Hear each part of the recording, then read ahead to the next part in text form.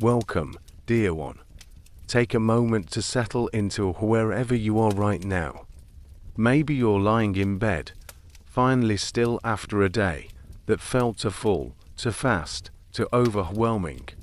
Or perhaps you're here because the hunger came again, not the kind that food can satisfy, but that deeper ache that seems to echo from somewhere inside your chest, your heart, your very soul.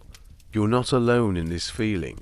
Right now, as you listen to these words, there are countless others who understand exactly what it's like to stand in front of an open refrigerator at midnight, searching for something that was never there to begin with, who know the particular shame of eating past fullness, not because the food tastes good anymore, but because stopping means facing whatever it is you've been trying to fill. Tonight, you have permission to be here exactly as you are. You don't need to be fixed or changed or improved. You don't need to have it all figured out. You don't need to promise that tomorrow will be different, or that you'll finally have enough willpower, or that you'll somehow become the person who can just eat when hungry and stop when full. Those promises can rest tonight. You have permission to be curious instead of critical, to wonder instead of judge, to explore with gentleness what has perhaps been met with harshness for far too long. The relationship you have with food, with hunger, with that deep yearning that masquerades as appetite. None of it makes you broken. None of it makes you weak. None of it makes you less worthy of love, understanding, or peace. What we often call gluttony, what our culture labels as lack of self-control or moral failing, is actually one of the most human responses to emotional pain that exists. It's a sophisticated adaptation, a way your psyche learned to survive when other options felt unavailable. Tonight, we're going to explore this with the same compassion we'd offer a dear friend who is struggling. Think about the last time you found yourself eating when you weren't physically hungry. Can you remember what you were feeling just before?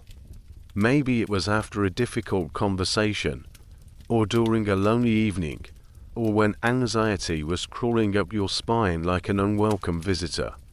Maybe it was in that space between finishing work and starting your evening routine, when the silence of your own life became too loud to bear. The hunger that drives what we call gluttony is rarely about food at all. It's about connection when we feel isolated.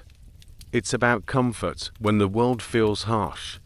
It's about filling a void that was carved out by experiences of scarcity, not just physical scarcity, but emotional scarcity, the scarcity of feeling truly seen, truly held, truly enough just as you are. Carl Jung understood that our symptoms often contain our cure. What looks like self-destructive behavior is actually the psyche's attempt to heal itself with the tools it has available. Your relationship with food isn't evidence of your failure. It's evidence of your profound capacity to find ways to nurture yourself, even when the world hasn't always offered that nurturing freely. Dr. Gabor Maté teaches us that addiction and compulsive eating falls into this category, is not about the substance or behavior itself. It's about pain. It's about the attempt to solve the problem of emotional pain, disconnection, and trauma. When we understand this, everything shifts. The question becomes not why can't you just stop, but what pain are you trying to soothe? This reframing isn't meant to excuse harmful patterns, but to understand them with enough compassion that real healing becomes possible. Shame has never been an effective motivator for lasting change, but understanding, curiosity, gentle exploration of what your hunger is trying to tell you. This is where transformation lives. As we settle more deeply into this exploration tonight, I want you to know that we're going to move slowly. There's no rush here, no agenda other than understanding. We're not here to fix anything or anyone. We're here to listen, to the wisdom your body holds, to the stories your hunger tells, to the parts of you that have been trying so hard to take care of you the only ways they knew how. Let your breathing find its own natural rhythm.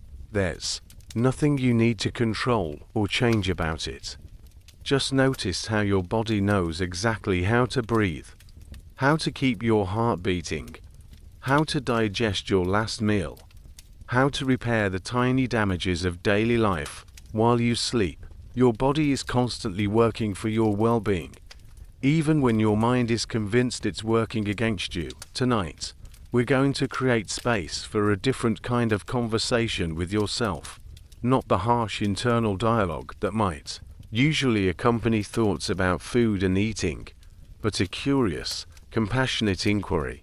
What if the part of you that turns to food when emotions feel too big isn't the enemy, but actually an ally who's been working with limited resources? What if the patterns that bring shame become doorways to understanding? What if the hunger you've been trying to silence is actually trying to tell you something important about what you need, what you've always needed, what perhaps was missing long before food ever became complicated? The journey we're taking tonight is based on a simple but revolutionary idea. Every behavior, even the ones that seem self-destructive, makes perfect sense in the context in which it developed. Your relationship with food didn't happen in a vacuum. It developed as part of your larger story, a story that includes not just what you experienced, but what you needed and couldn't always get. Perhaps you learned early that food was safer than people. Food doesn't leave, doesn't judge, doesn't withdraw its comfort based on your performance or behavior. Food is there at 2 a.m.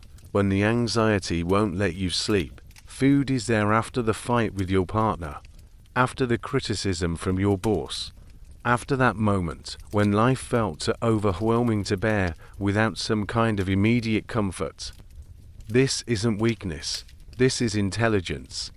This is your psyche, figuring out how to survive and even find moments of pleasure in a world that can be harsh and unpredictable.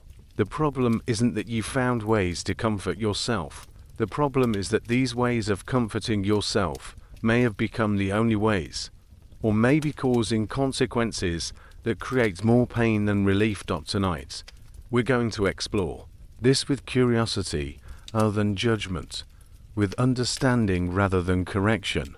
We're going to meet the parts of you that develop these patterns with appreciation for their dedication to your survival and well-being, even if their methods need updating for the life you're living now. Imagine for a moment that your relationship with food is like a devoted friend who learned a long time ago that bringing you comfort was the most important job in the world. This friend has been showing up faithfully, sometimes at inappropriate times, sometimes with help you didn't ask for, but always with the intention of making things better for you.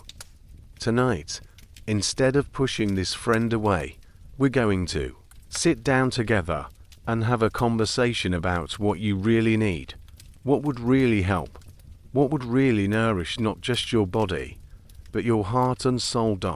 As we begin this gentle exploration, let yourself sink a little deeper into whatever is supporting you right now. Let your eyes close if that feels comfortable, or soften your gaze if you prefer to keep them open.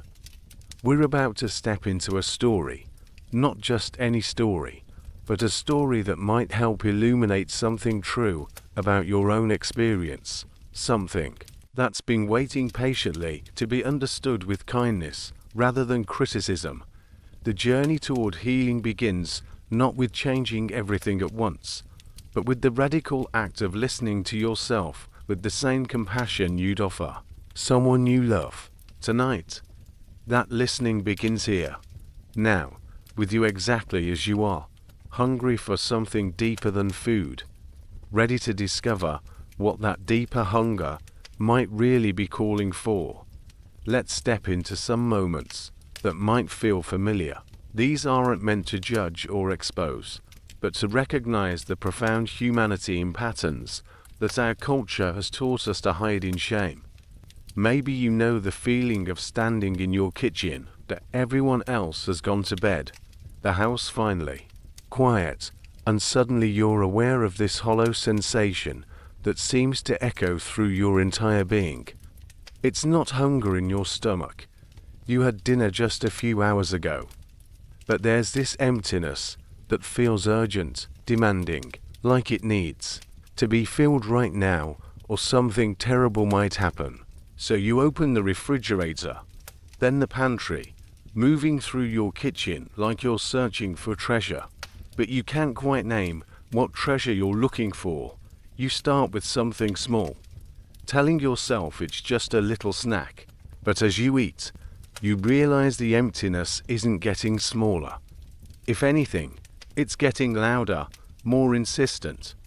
So you reach for something else, and then something else, and before you know it, you're eating past the point of physical comfort, past the point of taste, past the point where food brings any pleasure at all, and still, that hungry feeling persists.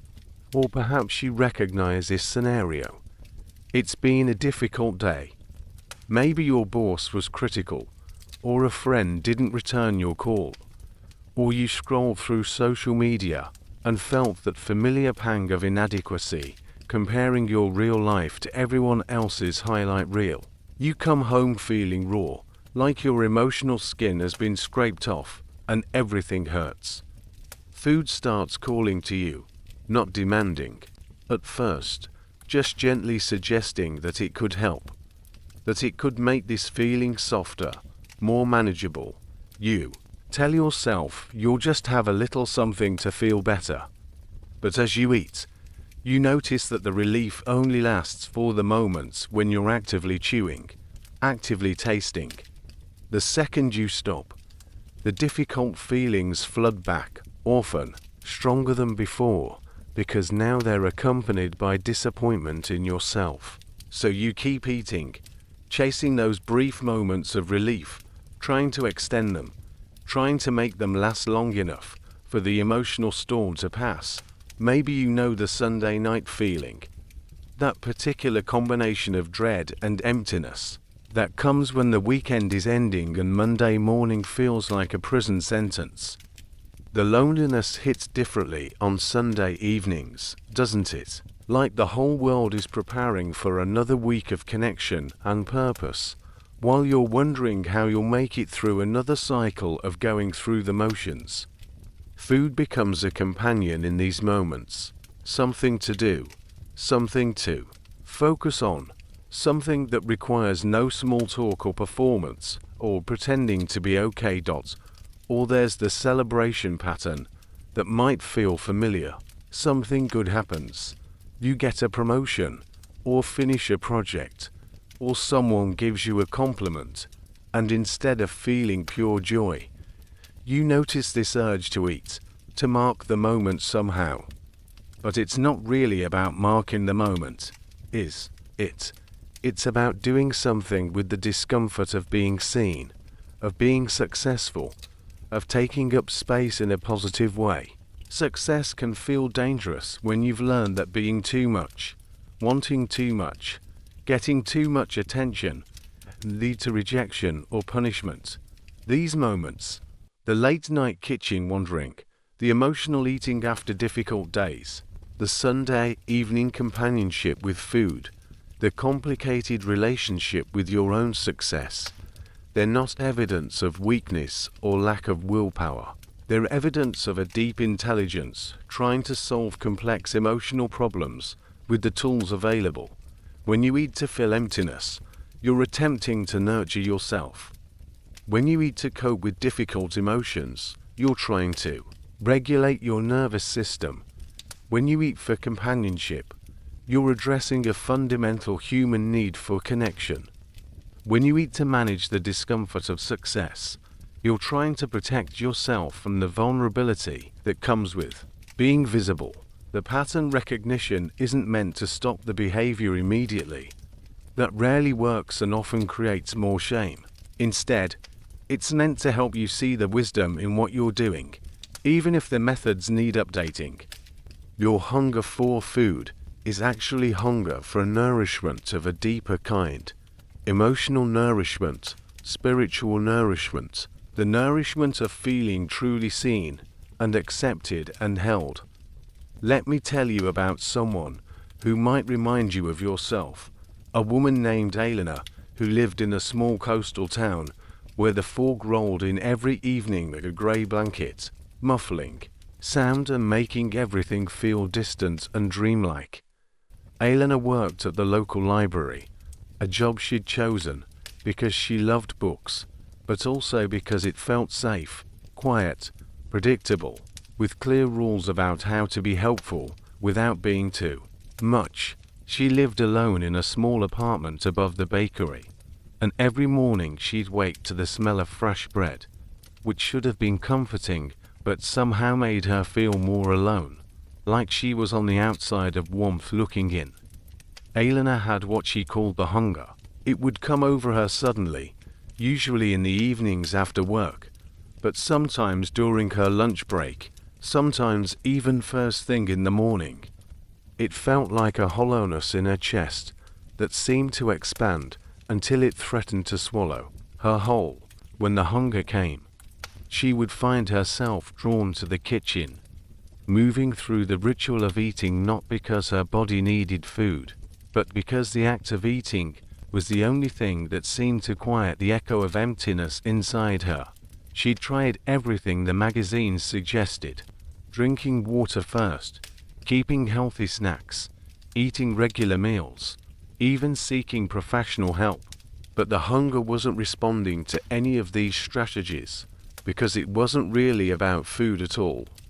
It was about the conversation she'd never had with her mother before she died, about the friends she'd lost touch with because maintaining relationships felt too complicated, about the dreams she'd set aside because they seemed too big, too risky, too likely to end in disappointment.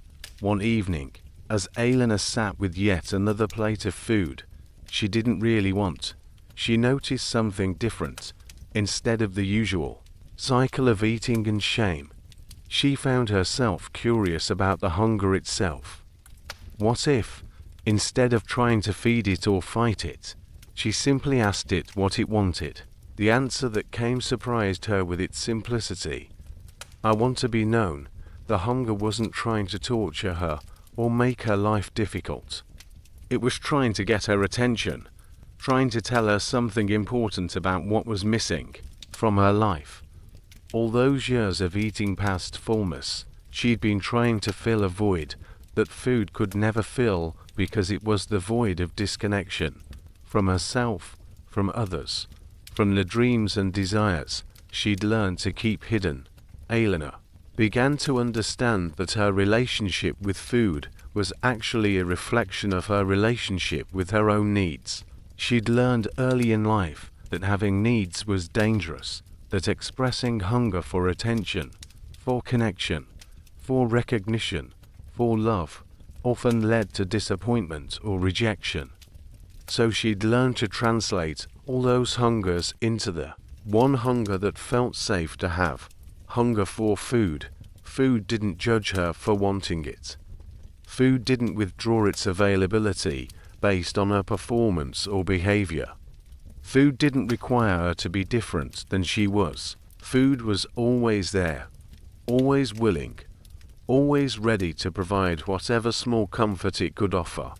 But Elena also began to see that food was like a faithful friend who had been trying to do a job it was never meant to do.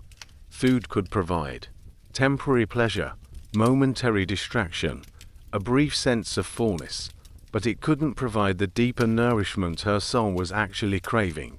It was like asking a candle to heat an entire house. The candle would do its best, burning brightly and consistently, but it simply wasn't designed for such a large task. As this understanding deepened, something shifted in Eleanor's relationship with both food and herself. She began to see her eating patterns not as evidence of her failure, but as evidence of her profound dedication to taking care of herself, even when she didn't fully understand what kind of care she actually needed. She started small. Instead of eating when the hunger came, she would sometimes pause and ask herself, "What am I really hungry for right now?" Sometimes the answer was still food, and she would eat with more presence and enjoyment, but often the answer was something else entirely: a call to a friend, a walk by the ocean, time with her journal, or simply the permission to feel whatever she was feeling without immediately trying to change it. Elena discovered that the hollow feeling in her chest wasn't actually empty.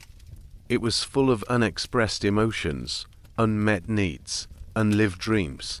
When she learned to listen to these feelings with curiosity instead of trying to fill them with food, they began to transform from problems to be solved into information to be understood.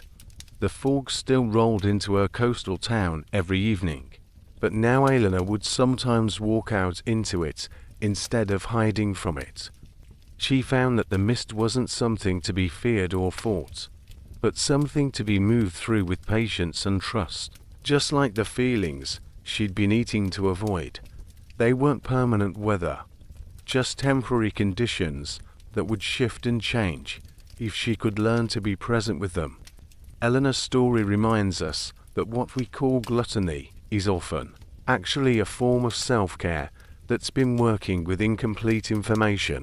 The part of you that turns to food when emotions feel overwhelming isn't broken or weak.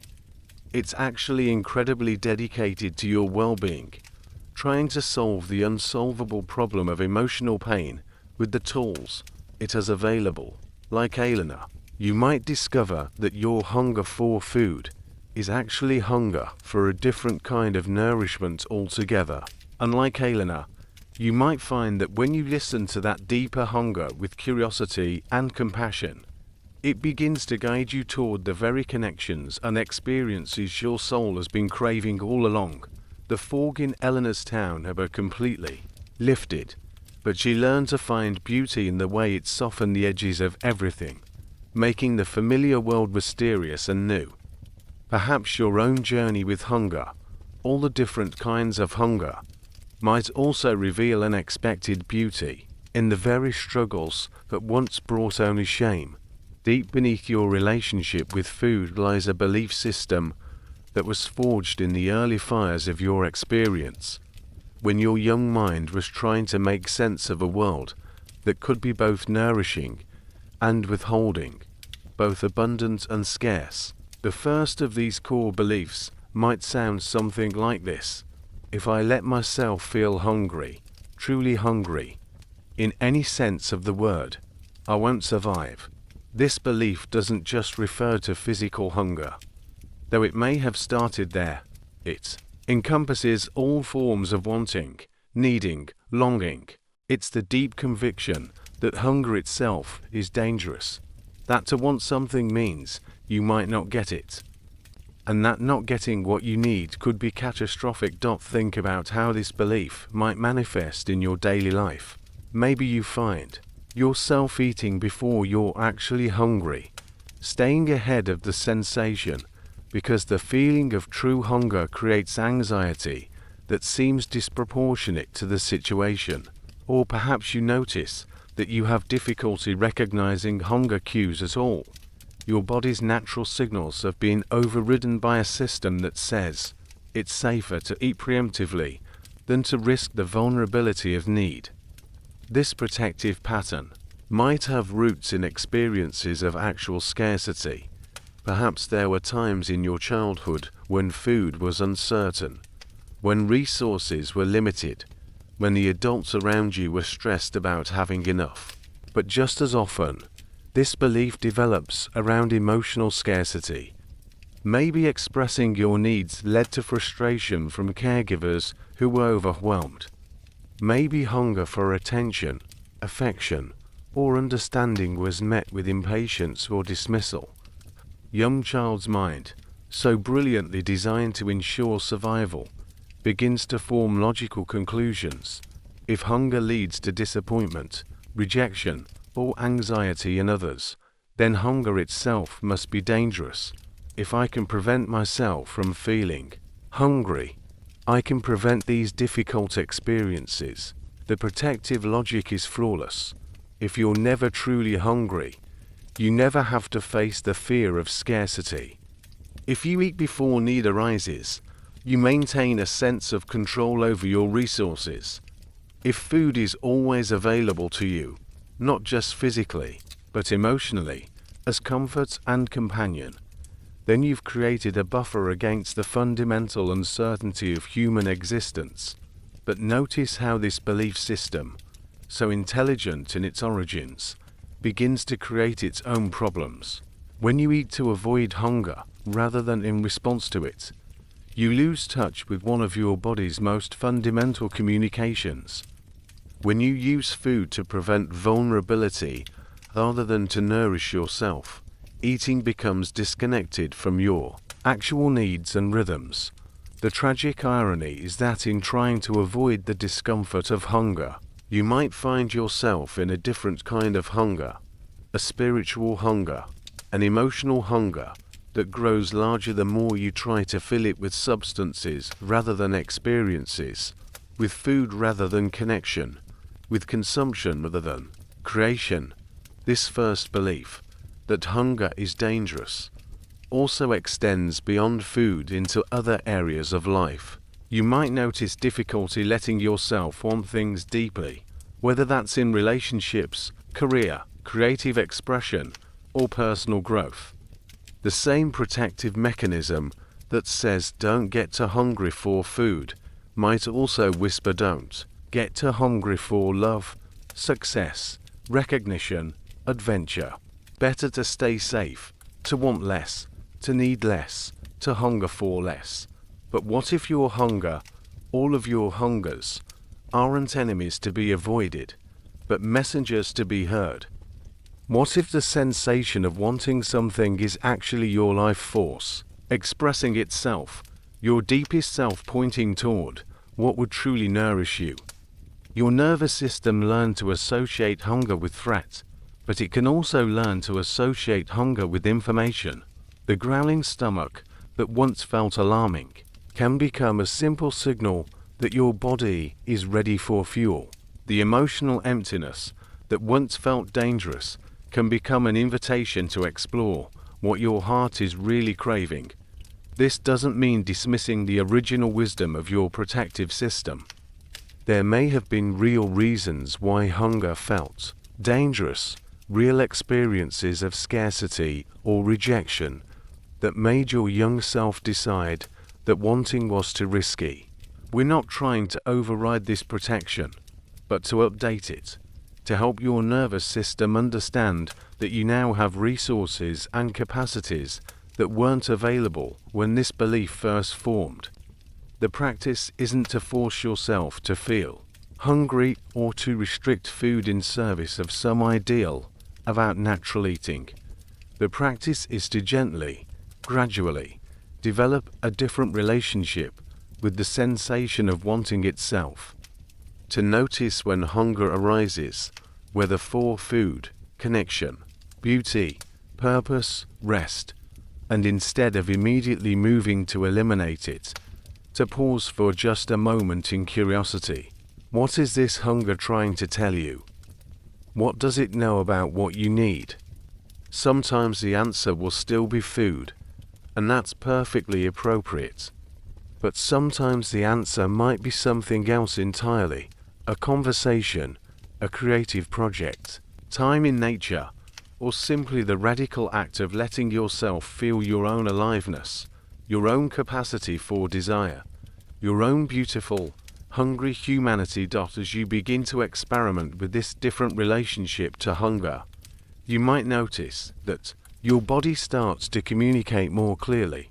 When you're not eating to avoid hunger, you can begin to hear the subtle differences between physical hunger and emotional hunger, between hunger for fuel and hunger for comfort, between hunger that can be satisfied with food and hunger that's pointing towards something else entirely. This first belief system, that hunger equals danger, was your psyche's attempt to keep you safe in a world that couldn't always be trusted to meet your needs. Tonight, as you rest in whatever safety you've created for yourself now, you can appreciate the dedication of this protective part, while also beginning to imagine what might be possible if hunger could be curiosity instead of crisis, information instead of emergency, guidance instead of threat. The second belief that often underlies complicated relationships with food runs even deeper than the first, touching the very core of how you've learned to exist in relationship with others. It sounds something like this: if I don't take care of everyone else first, if I don't put their needs before my own, if I actually attend to my own hunger, for food, for rest, for attention, for anything, then I'm selfish, and selfish people don't deserve love. This belief creates a particular kind of prison around nourishment.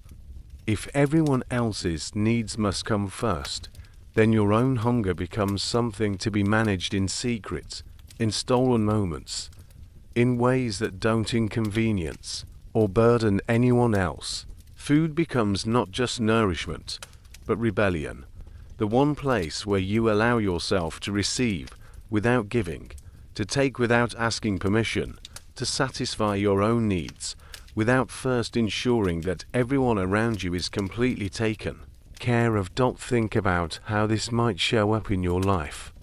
Maybe you find yourself eating standing up in the kitchen while preparing meals for others, grabbing quick bites of satisfaction while serving everyone else's needs.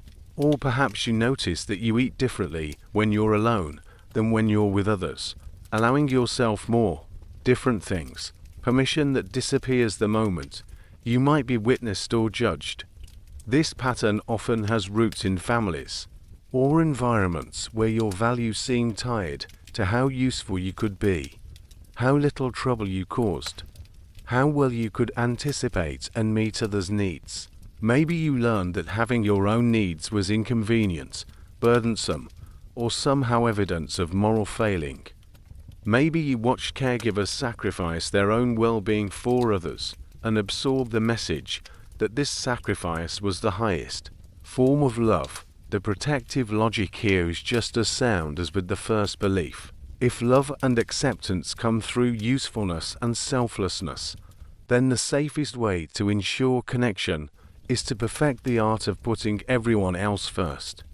If having needs makes you selfish, and selfish people are rejected or criticized, then the path to belonging is to minimize your needs, to handle them quietly, to never let them interfere with your primary job of caring for others.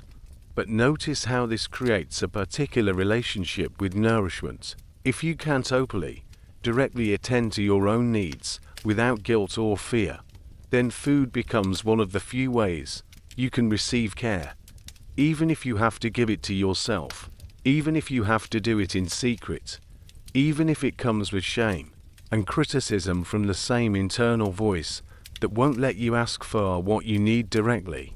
This belief system often creates what looks like emotional eating, but is actually something more complex. It's your psyche's attempt to nurture yourself within the constraints of a system that says self-nurturing is selfish. The late-night eating, the secret snacking, the emotional food seeking, these aren't evidence of lack of control, but evidence of your deep wisdom trying to find ways to care for yourself within a belief system that makes direct self-care feel dangerous. The exhaustion that often accompanies this pattern isn't just physical, it's spiritual. It's the exhaustion of never being able to fully receive, of always being in service, of carrying the weight of everyone else's well-being while treating your own needs as optional, inconvenient, or evidence of moral weakness. This belief also creates a complex relationship with your own success and pleasure. If you're always supposed to be taking care of others first, then moments of pure enjoyment, whether that's savoring delicious food, celebrating an accomplishment, or simply feeling good in your own body, can trigger guilt and anxiety. The pleasure becomes evidence that you're being selfish, that you're taking up too much space, that you're not properly focused on your duties as caretaker of the world. But what if the most revolutionary act isn't perfecting your ability to sacrifice yourself for others, but learning to model what it looks like to be a whole person who has needs and meets them with kindness? What if your example of healthy self-care actually gives others permission to care for themselves too? What if the belief that having needs makes you selfish is actually backwards? What if trying to live without needs, trying to be completely self-sufficient and never burdensome, actually puts more pressure on the people around you? What if your emotional eating is partly a response to the impossible burden you've placed on yourself to be need-free? Your nervous system learned to associate self-care with selfishness, but it can learn to associate self-care with sustainability. The mother who feeds herself well can feed her children with more presence and less resentment. The partner who attends to their own needs can show up more fully in the relationship. The friend who practices healthy boundaries can offer support without becoming depleted. This doesn't mean becoming indifferent to others' needs, but rather learning to include your own needs in the circle of care you offer. It means understanding that you, too, are deserving of the kindness and attention you so freely give to everyone else. The practice here isn't to suddenly stop caring for others, but to notice the ways this belief system to be driving you toward food when what you really need is permission to have needs, to ask for a help, to receive care directly rather than only through the secret communion with food. Sometimes, when you find yourself eating emotionally, you might pause and ask, what would I ask for if I believed I deserved to have needs? What kind of care am I trying to give myself through food that I might be able to receive in other ways? Sometimes the answer will still be food, and that's perfectly valid. But sometimes the answer might be a conversation, a hug, help with responsibilities, or simply the radical act of putting your own oxygen mask on first, knowing that you can't sustain care for others if you're suffocating yourself. This second belief, that your needs make you selfish, was your psyche's attempt to ensure love and belonging in a world that seemed to reward self-sacrifice above self-care. Tonight, as you rest in the safety of this moment, you can appreciate the dedication of this protective part, while also beginning to imagine what might be possible if self-care could be wisdom instead of selfishness, sustainability instead of indulgence, love instead of betrayal. The third and perhaps most complex belief that often underlies our complicated relationship with food touches the very core of how we experience our own existence.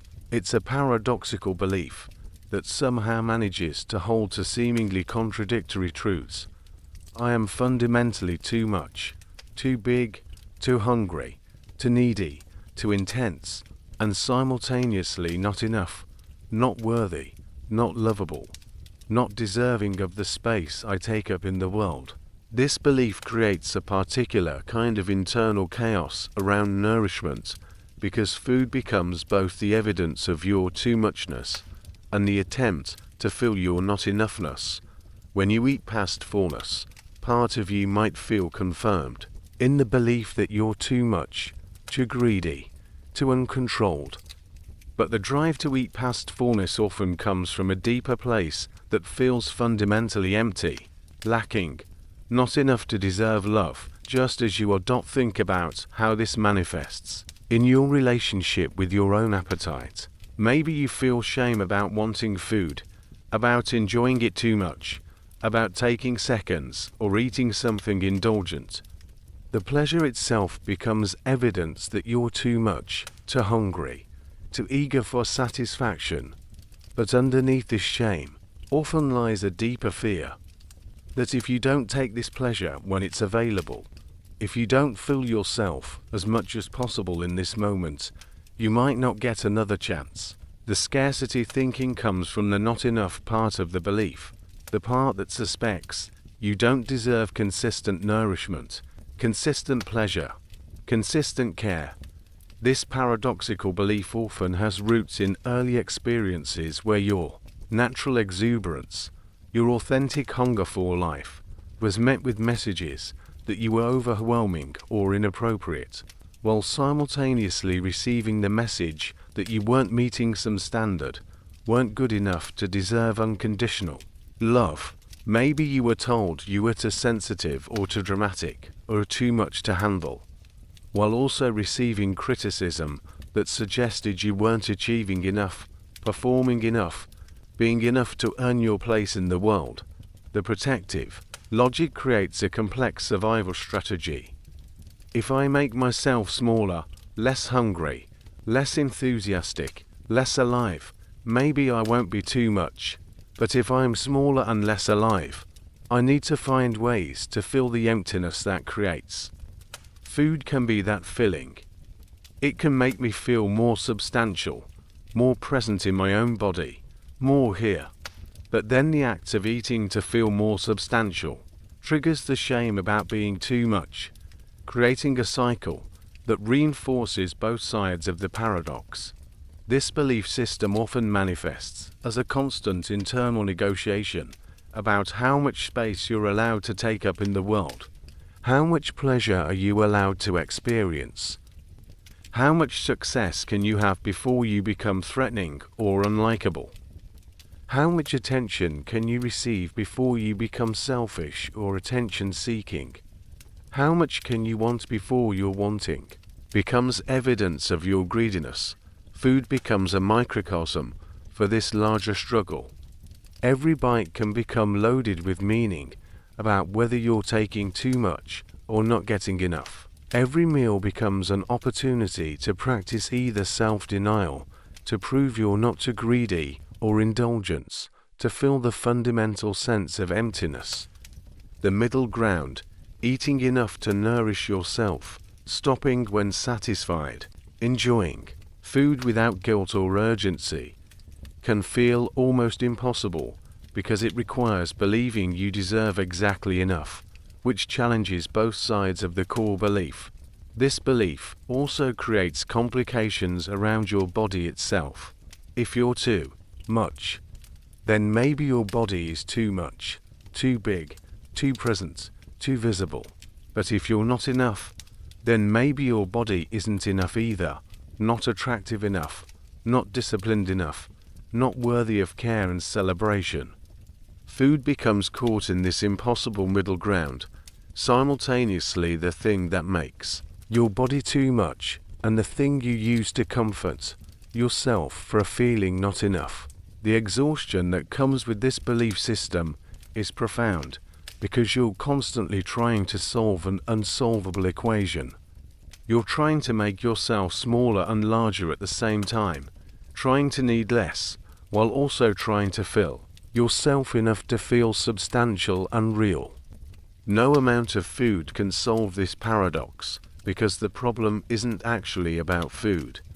It's about the fundamental belief that you don't have the right to exist exactly as you are, with exactly the appetites you have, in exactly the body you inhabit. But what if this belief itself is the problem, not your appetite?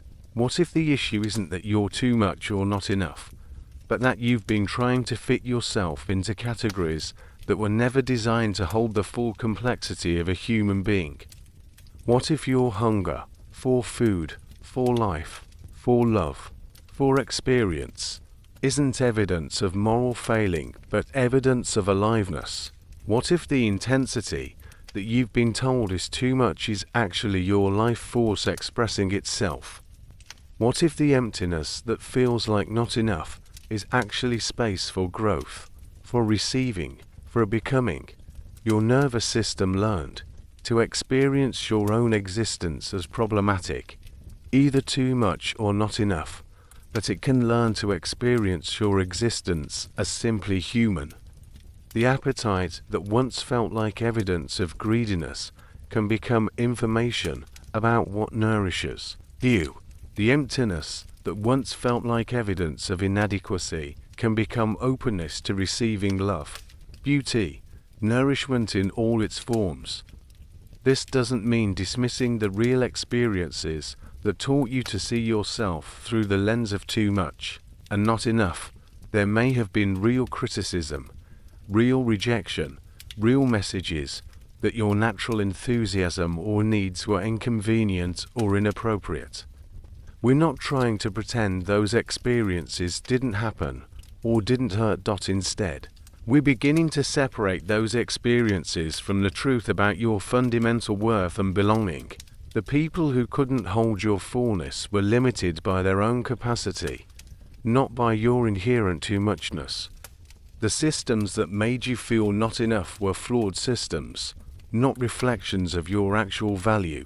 The practice with this belief becomes learning to exist in your own body, with your own appetites, without constantly evaluating whether you're taking up the right amount of space. Sometimes this means eating when you're hungry without negotiating about whether you deserve the food.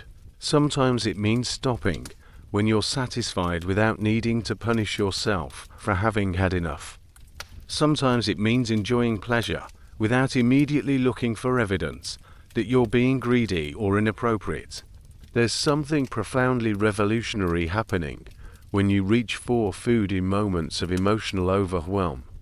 Though our culture has taught you to see it only as weakness or failure.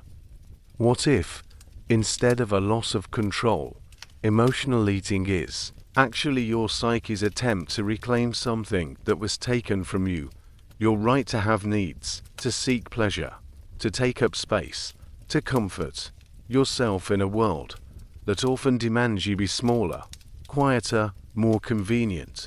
Consider the possibility that your relationship with food contains within it a form of sacred rebellion, a wordless protest against systems, relationships, or internal beliefs that have made your authentic needs feel dangerous or unwelcome. When you eat past fullness, when you seek comfort through food, when you choose pleasure over perfect nutrition, part of you might be saying something important that has no other way to be expressed. Think about the moments when emotional eating feels most compelling. Often, it's when you've spent hours, days, or even years putting everyone else's needs first, performing competence and selflessness, making yourself smaller to fit into spaces that weren't designed for your full humanity. In these moments, food becomes the one place where you can take without asking permission, receive without giving something in return, prioritize your own pleasure without justifying it to anyone else.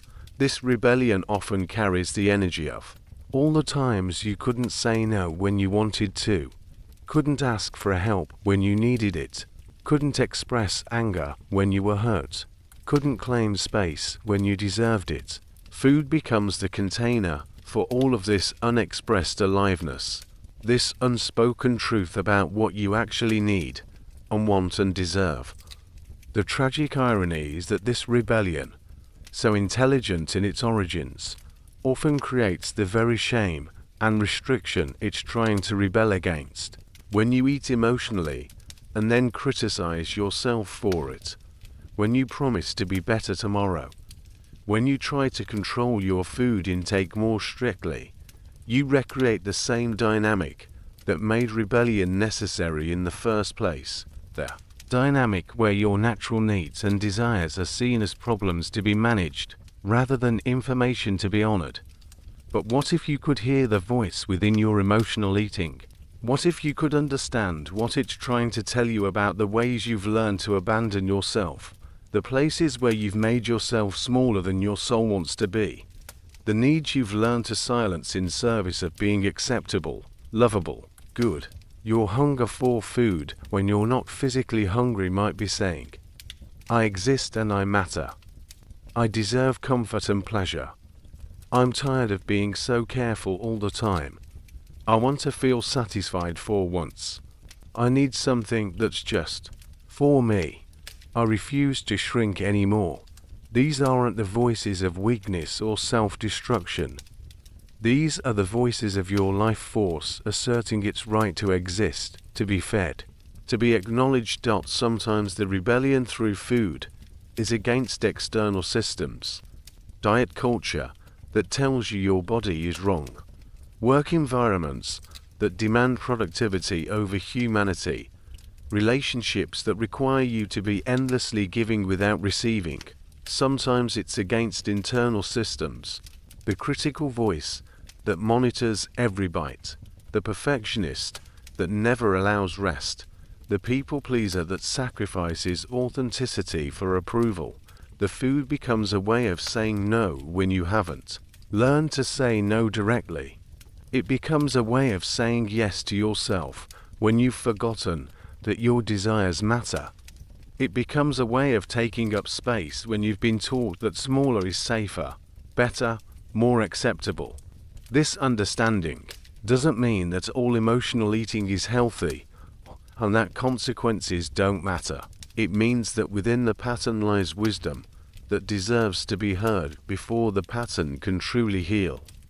When you can understand what your emotional eating is rebelling against, you can begin to find more direct ways to address those same legitimate needs and desires. Maybe your late-night eating is rebelling against days that are so structured and demanding that you never get a moment of pure choice, pure pleasure, pure because I want to. Maybe your stress eating is rebelling against a nervous system that's constantly activated with no time for true rest and regulation. Maybe your celebration eating is rebelling against a lifetime of achievements that went unnoticed or unacknowledged. The rebellion wants to be heard, not silenced. It wants its concerns addressed, not ignored. It wants the legitimate needs it's fighting for to be met in ways that truly satisfy rather than temporarily distract. When you can listen to what your emotional eating is trying to accomplish, you can begin to collaborate with it rather than fighting against it.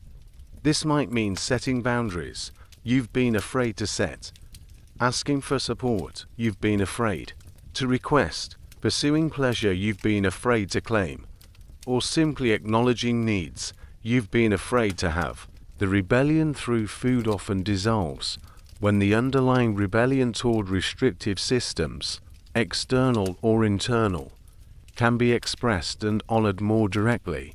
Your emotional eating patterns aren't evidence of your weakness, they're evidence of your strength, your refusal to be completely diminished, your insistence on finding ways to nourish yourself even when direct self-care feels impossible.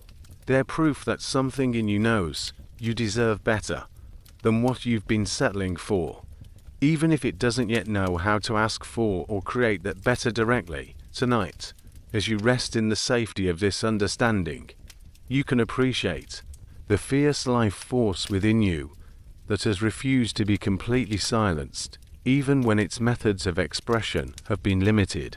You can honor the intelligence of your rebellion while also beginning to imagine what might be possible if that rebellious energy could find even more powerful and direct ways to advocate for your authentic needs and desires. Your relationship with food contains a sophisticated emotional vocabulary that has been developing since childhood, a complex language where different foods, eating patterns, and hunger experiences carry specific emotional meanings and messages. Learning to decode this language can transform your understanding of why certain foods call to you certain emotional states, and why some eating experiences feel satisfying, while others leave you feeling more empty than before. Consider how different types of food might represent different emotional needs or states. Crunchy foods often satisfy the need to release tension, anger, or frustration that has no other outlet. The jaw working, the satisfaction of breaking something down, the audible release of biting and chewing. When life feels overwhelming and you can't scream, can't hit something, can't express the fury or frustration building inside, carrots might provide some relief, but often it's chips, crackers, or nuts that carry the emotional weight of all that. Unexpressed energy. Soft, creamy foods frequently speak to the need for comfort, soothing, and nurturing. The foods that require no work to consume, that melt in your mouth, that feel like being held from the inside. Ice cream, mashed potatoes, chocolate, warm soups. These foods often carry the emotional memory of being cared for, of being small and safe, of having someone else handle the hard work of living while you simply receive. When you're overwhelmed, exhausted, or emotionally raw, these foods might be trying to provide the maternal comfort that's missing from your current experience. Sweet foods often carry messages about pleasure, reward, celebration, and the reclaiming of joy.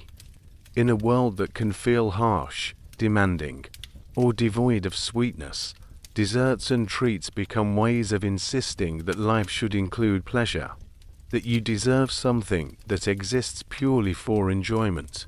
But sweet foods can also carry the weight of all the celebrations that didn't happen, the achievements that went unnoticed, the milestones that passed without acknowledgement.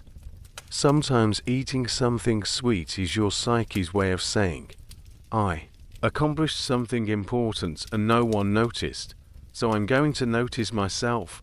Salty foods might represent the tears you haven't cried, the emotional release that hasn't happened, the processing that gets stuck when life moves too fast for feelings to be fully experienced. Salt is what tears taste like, and sometimes the craving for salty foods is your body's way of seeking the emotional release that crying would provide, but through a more socially acceptable method.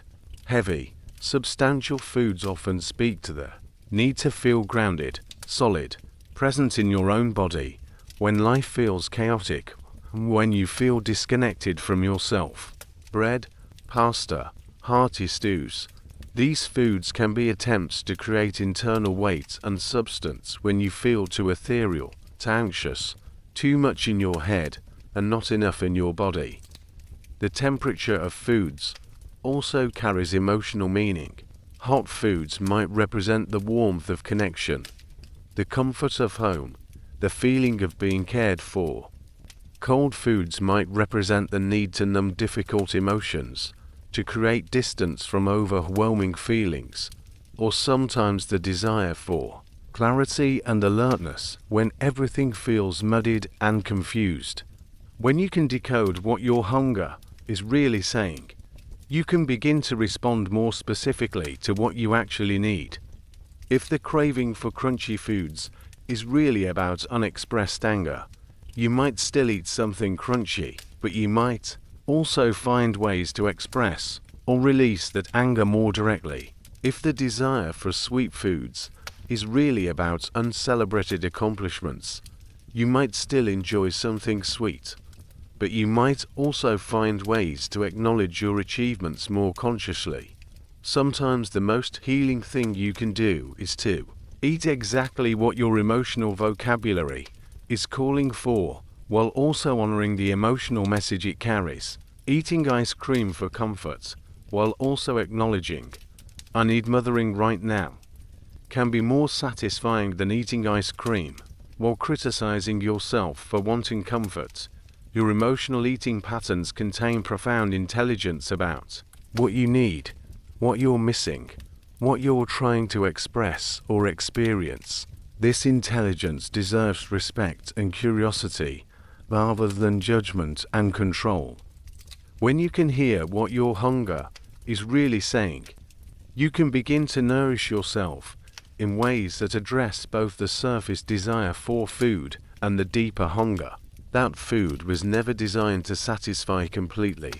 Between the moment when emotional hunger arises and the moment when you reach for food, there exists a sacred space, a pause that holds infinite possibility for choice, awareness, and conscious response rather than automatic reaction.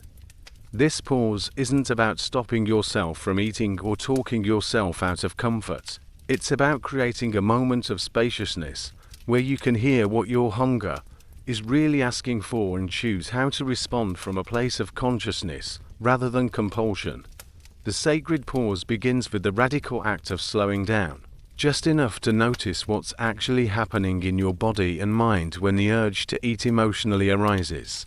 This noticing doesn't require judgment or analysis, just a gentle awareness that something is shifting, that hunger is arising not from your stomach but from somewhere deeper, that your system is reaching for comfort in the familiar form of food. In this pause, you might place your hand on your heart or your belly and simply ask, what are you feeling right now? The answer might be sadness, anxiety, loneliness, anger, overwhelm, or something more subtle and harder to name. Whatever arises, you can greet it with the same kindness you'd offer a friend who was struggling. Oh, there's sadness here. Of course you would want comfort. When sadness is present, the pause creates space to appreciate the intelligence of your system's reach toward food. Of course you want something sweet when you're feeling bitter about that conversation. Of course you want something creamy and comforting when you're feeling raw and vulnerable. Of course you want something substantial when you're feeling empty and disconnected. The reaching toward food makes perfect sense. Your psyche is trying to restore balance, provide comfort, create pleasure in a moment of difficulty. From this place of understanding rather than resistance, you can begin to explore what other kinds of nourishment might also serve the need that's arising. This isn't about replacement or substitution. Sometimes food truly is the most accessible and appropriate form of comfort available. But the pause creates space to consider, what else might serve this sadness? What else might ease this anxiety? What else might fill this loneliness? Sometimes the pause reveals that what you're really hungry for is human connection, and you might choose to call a friend, send a text, or even just look at photos of people you love.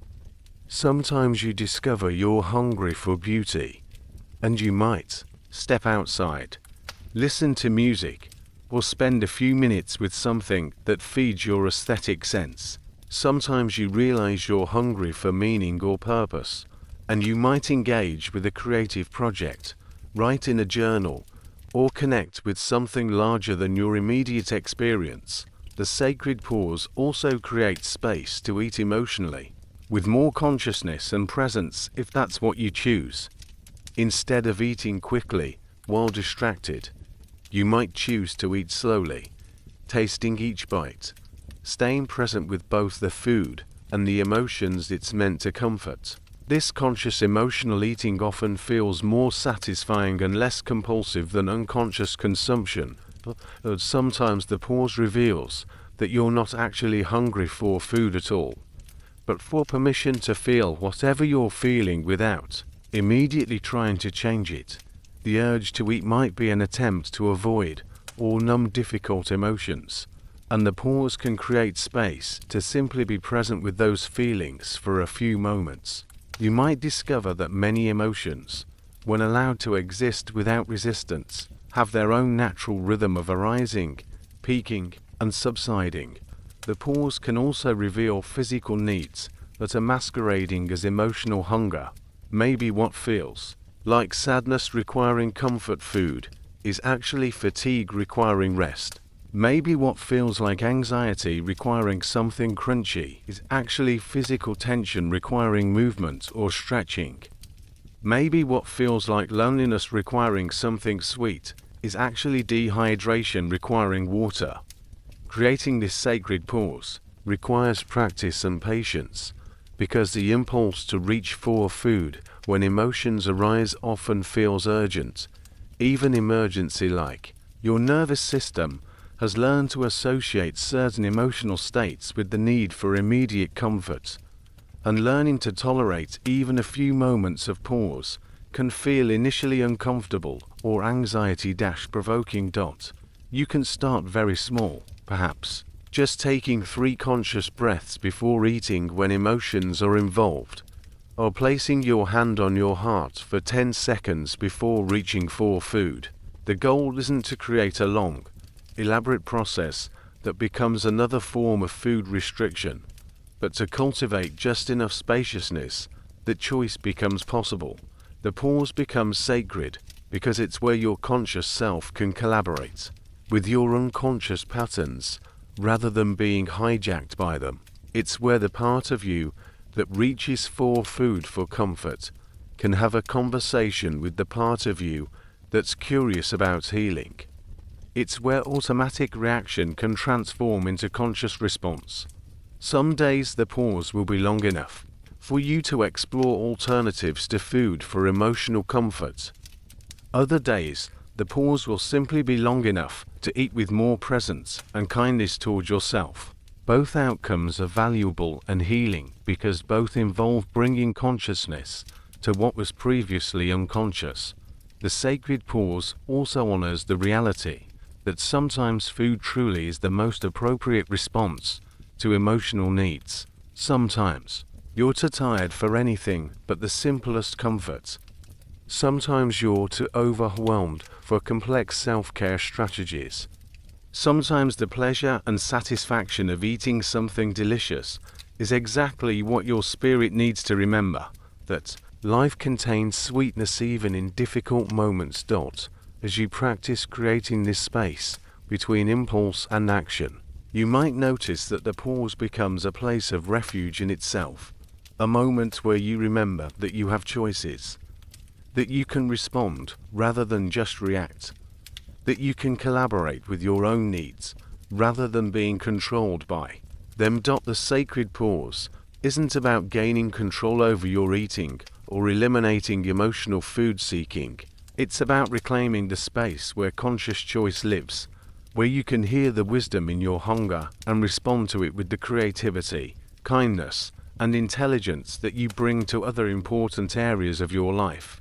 In this pause, healing becomes possible not through force or restriction, but through the gentle expansion of awareness and the radical act of treating yourself with the same compassion you would offer someone you deeply love.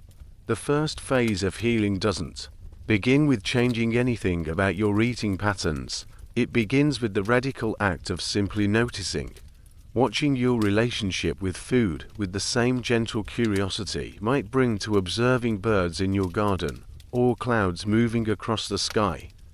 This recognition phase is about developing what we might call loving awareness, the capacity to see what is actually happening without immediately moving to fix, change, or improve it. Start by noticing the moments when your hunger for food seems to carry more emotional weight than the situation might warrant. Maybe it's that urgency that comes over you sometimes, the feeling that you need to eat right now even though you had a meal just an hour ago. Instead of judging this urgency or trying to talk yourself out of it, simply notice it. What does it feel like in your body? Is there tightness in your chest, a flutter in your stomach, a restlessness in your hands? Notice the stories your mind tells you in these moments. Maybe it's I shouldn't be hungry again, or I have no willpower, or I'm going to eat everything in sight. These stories aren't truth. They're just commentary, like a radio playing in the background. You don't have to turn off the radio, but you can notice that it's playing and choose not to take its programming as gospel. Begin to observe the difference between physical hunger and what we might call mouth hunger. That desire to taste, chew, have something in your mouth. That's less about your body needing fuel and more about your nervous system seeking comfort, stimulation, or regulation. Neither type of hunger is wrong or bad, but they're asking for different kinds of attention. Pay attention to how you feel in your body before, during, and after eating when emotions are involved. Before, what sensations are present? Is there anxiety, emptiness, agitation, sadness? During, are you eating quickly or slowly? Are you tasting the food or just consuming it? Are you present with the experience or mentally elsewhere? After, what emotions arise? relief, guilt, numbness, satisfaction, regret. This recognition phase requires tremendous gentleness with yourself because the tendency will be to turn awareness into self-criticism. The inner voice might say, "Look how often you do this." Or you're noticing the pattern, but you're still not stopping it. This voice is part of the old system that believes shame might motivate change. In reality, shame usually just drives patterns underground, making them harder to see and therefore harder to heal. Instead, practice meeting your observations with curiosity. When you notice yourself reaching for food when you're not physically hungry, you might internally say something like, "Interesting. I wonder what my system is looking for right now." When you catch yourself eating past fullness, instead of self-criticism, you might offer yourself the same gentleness you'd offer a friend. Something is feeling overwhelming right now, and food is the comfort that's available.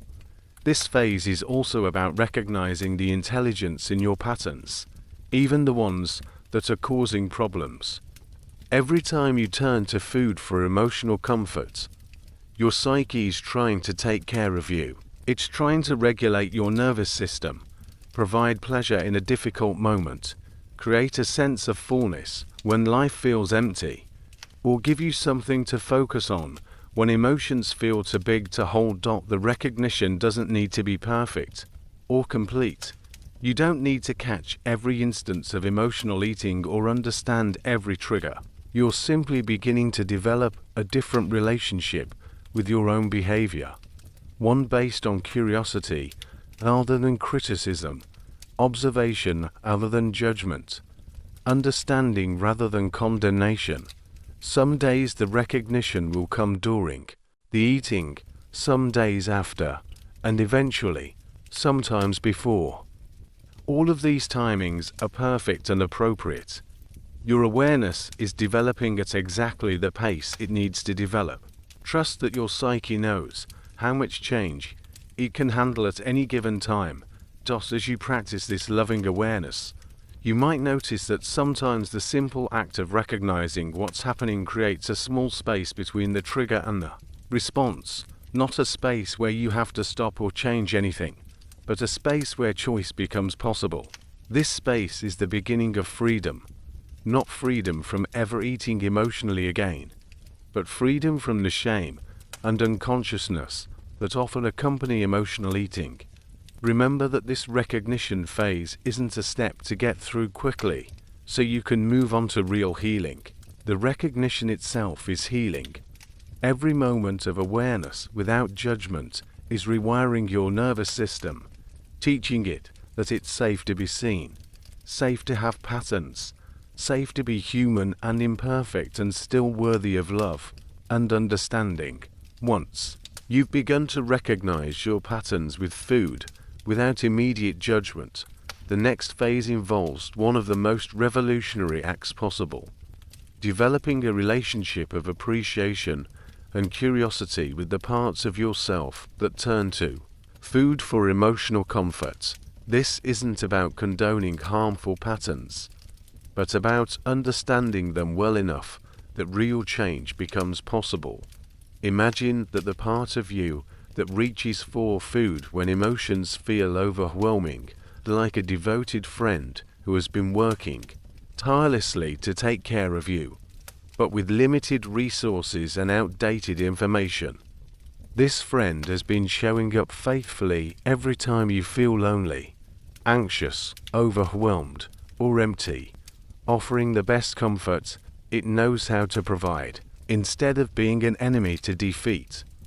This part is an ally who deserves appreciation for its dedication, even if its methods need updating. Begin by having internal conversations with this protective part. You might sit quietly and ask, "Part that reaches for food when I'm sad, what are you trying to do for me?" Listen for the answer that comes, not from your analytical mind, but from a deeper place of knowing. Often the answers are beautifully simple. "I'm trying to help you feel less alone." I'm trying to give you pleasure when everything else feels hard. I'm trying to help you slow down and be present for a moment. When you understand the positive intention behind the behavior, something shifts. Instead of fighting against yourself, you can begin to appreciate the creativity and dedication of your own internal caretaking system. This part has been trying to solve complex emotional problems, loneliness, anxiety, emptiness, overwhelm, with the tools available to it. Food is accessible, reliable, immediately comforting, and doesn't require explaining yourself to anyone else. Practice speaking to this part with the same kindness you'd offer a friend who's been helping you move house, tired, maybe using inefficient methods, but undeniably committed to your well-being. You might say something like, "Thank you for working so hard to take care of me. I see how much you care about my comfort and happiness. I wonder if we can work together to find some additional ways to provide the care you're trying to give me." This compassionate approach often brings up resistance, especially if you've spent years trying to control, suppress, or eliminate emotional eating through willpower and shame. The mind might protest, "But if I'm nice to this part, won't it just keep doing what it's doing? Don't I need to be firm and disciplined to create change?" The truth is that shame and self-criticism have probably already been tried extensively, and if they worked, you wouldn't be here exploring gentler approaches. The parts of you that turn to food for comfort are usually already carrying shame about their methods. Adding more shame is like asking someone who's already exhausted to work harder. It typically leads to more struggle, not more success. Instead, when you meet these protective parts with curiosity and appreciation, they often begin to relax their grip. When something feels understood rather than attacked, it doesn't need to defend itself so vigorously. When your food-seeking part feels appreciated for its positive intentions, it becomes more open to collaboration about methods. This might sound like an internal dialogue. "I understand that you reach for food because you're trying to help me feel better when I'm anxious. That's such a caring thing to do. I'm wondering, are there other things that also help with anxiety that we could try sometimes? Not instead of food, but in addition to it." The key is that you're not trying to eliminate this part or convince it to stop caring for you. You're trying to expand its toolkit, to give it more options for providing the care it's so dedicated to offering. You might explore together what else feels comforting. A warm bath, a phone call to a friend, gentle movement, creative expression, time in nature, breathing exercises, listening to music. Sometimes the food-seeking part will be open to these alternatives, and sometimes it won't. Sometimes it will insist that only food provides the particular kind of comfort needed in that moment. This is valuable information, not failure. If only food feels sufficient for the level of comfort needed, that tells you something important about how overwhelming the emotions might be, or how depleted your other resources are. Part of befriending these protective parts involves understanding their fears about change. The part that turns to food for comfort might be afraid that if it stops doing its job, you'll be left without adequate care. It might fear that other people won't be reliable sources of comfort, or that other coping strategies won't be as accessible or immediately effective as food. You can address these fears directly. "I'm not asking you to stop caring for me. I value how much you care. I'm just wondering if we can build a team of care strategies so you don't have to carry the whole load by yourself."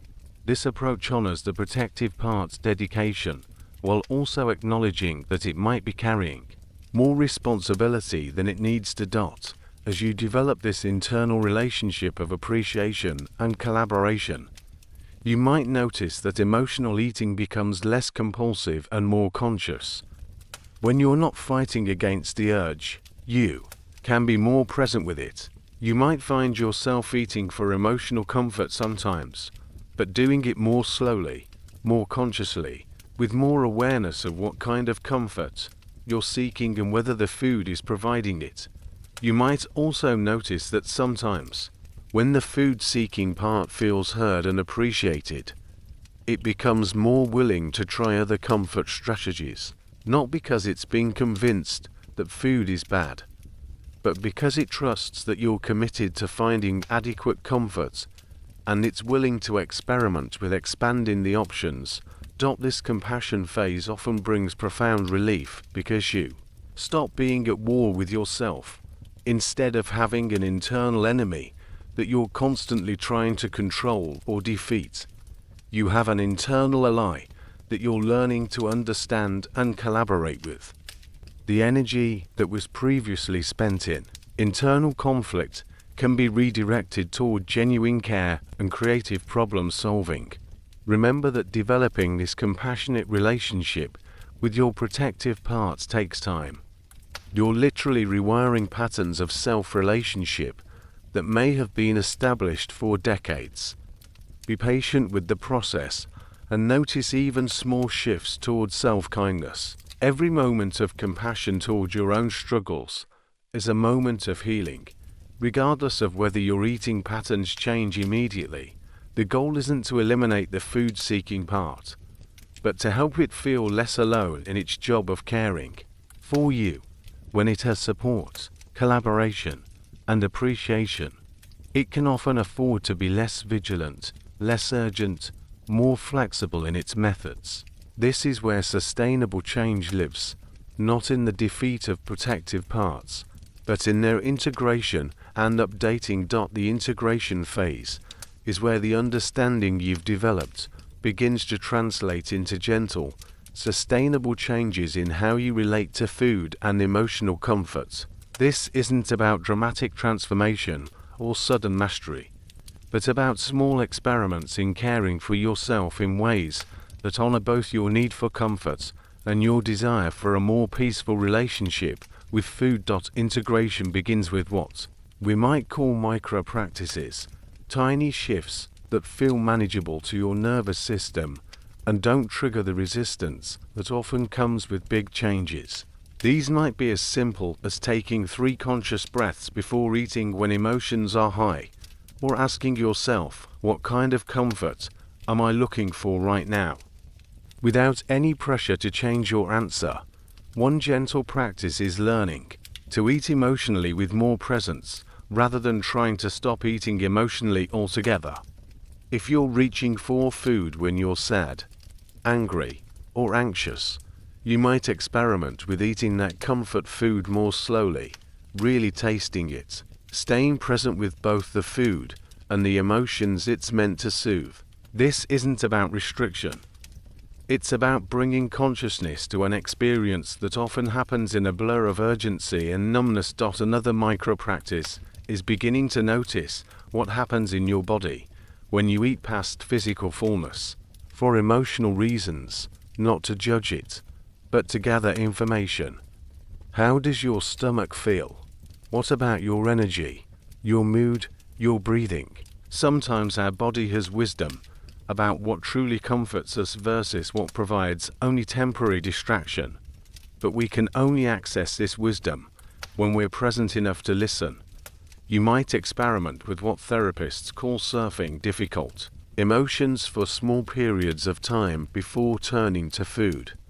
This doesn't mean forcing yourself to feel bad or denying yourself comfort, but simply practicing being present with uncomfortable feelings for maybe 30 seconds or a minute before deciding how to respond. What you often discover is that emotions have natural rhythms. They build, peak, and recede. And sometimes just witnessing this rhythm reduces their intensity. The integration phase also involves building what we might call a comfort menu, a collection of experiences that provide different types of emotional nourishment. Food might remain on this menu, but it no longer has to be the only option. Some days you might need the specific comfort that only food can provide.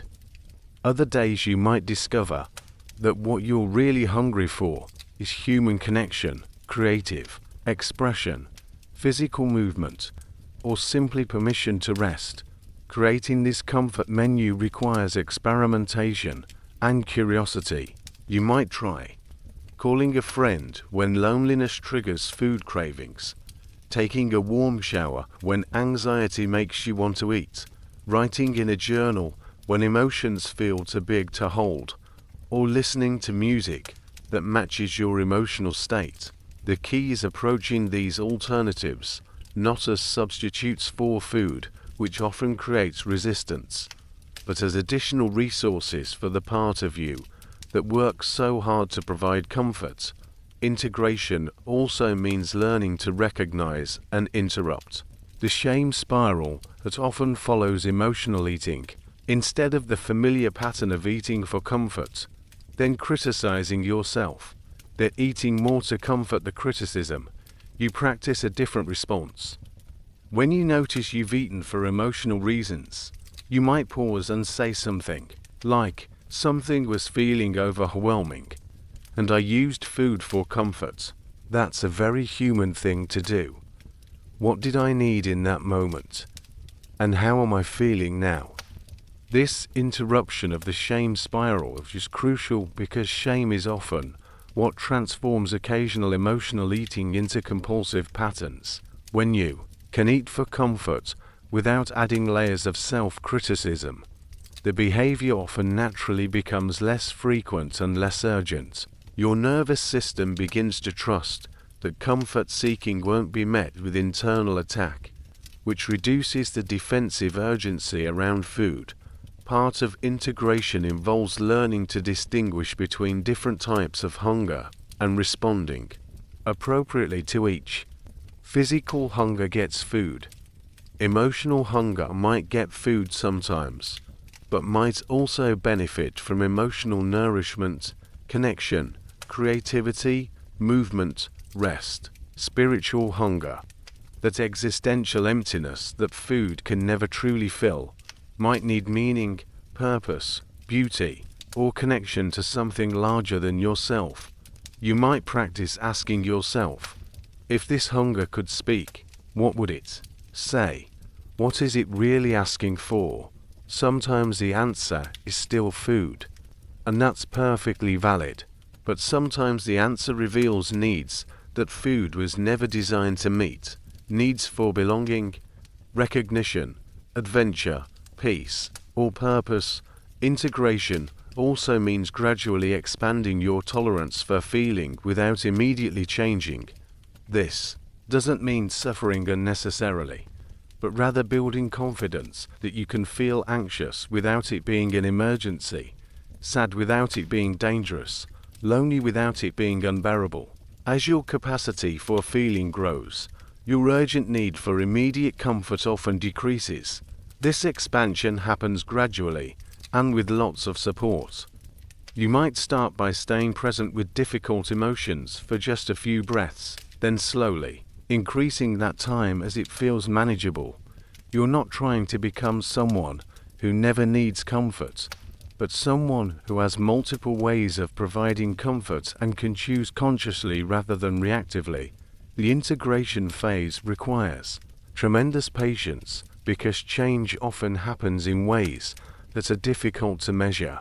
You might notice that you think about food slightly less obsessively, or that you can feel upset without immediately panicking about needing to eat, or that you sometimes remember to breathe before reaching for comfort food.